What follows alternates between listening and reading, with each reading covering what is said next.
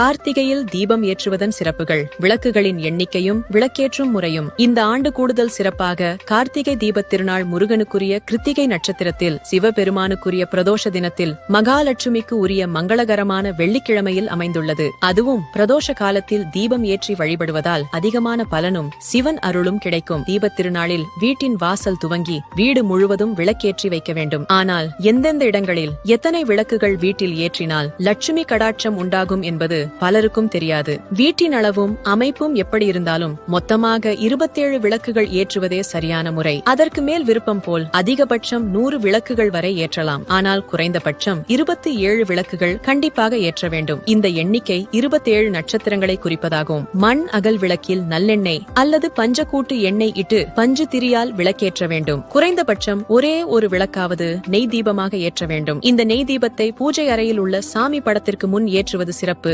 ஒருமுறை விளக்கேற்றிய பிறகு அதை அடிக்கடி தூண்டிவிடவோ எண்ணெய் ஊற்றிக்கொண்டோ இருக்கக்கூடாது. அது தானாக குளிரும் வரை அப்படியே விட்டுவிட வேண்டும். அகல் விளக்காக இருந்தாலும் வெறும் தரையில் வைக்கக்கூடாது. வாழை, அரசு, செம்பருத்தி, வெற்றிலை என சுபிட்சத்தை தரும் ஏதாவது ஒரு இலை மீது வைத்துதான் ஏற்ற வேண்டும். முதலில் வாசலில் கோலத்தின் மீது வைத்த விளக்கு, பிறகு நிலை வாசலில் வைத்த விளக்கை ஏற்ற வேண்டும். அங்கிருந்து ஒரு அகல் விளக்கை எடுத்து வந்து வீட்டின் பூஜை அறையில் விளக்கேற்றிவிட்டு அதற்கு பிறகுதான் மற்ற இடங்களில் விளக்கேற்ற வேண்டும்.